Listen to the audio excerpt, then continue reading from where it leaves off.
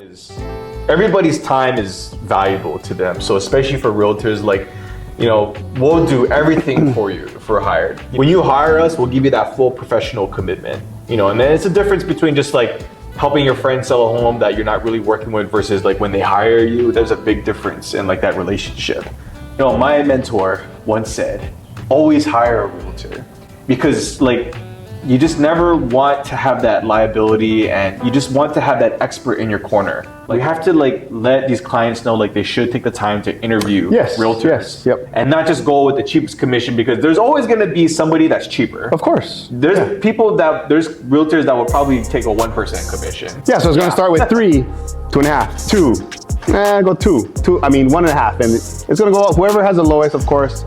Yeah, and like, why are those realtors offering that low commission? You know, what are you giving up by having that lower commission? And most people don't know what that actually is. Like they don't know like what goes into selling a home. And that's a big stark difference between like somebody who just wants to sell their home once for themselves versus a realtor that does it every day.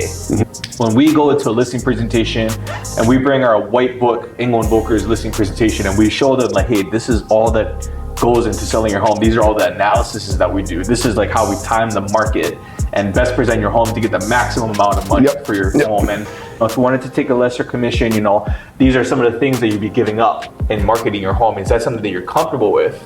I guess a good approach is like, hey, our commission is negotiable. You know, we might have our own range that we're willing to go. Our brokers like have our own range. And if they don't want to fall in that range, then that's fine. You know, they can move on and do something else. Yes, totally agree.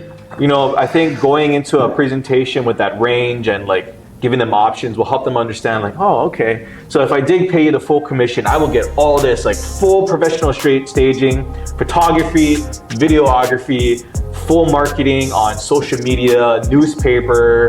I mean, I think we fight for the client's value. We have to stand firm, and whatever, you know, we're not going to just back down and, you know, take any offer. We got to fight for the most. That's our important. Well, that's going to be my speech going forward to sellers. I'm going to fight for the best value I can to get the most out of your home. Yeah.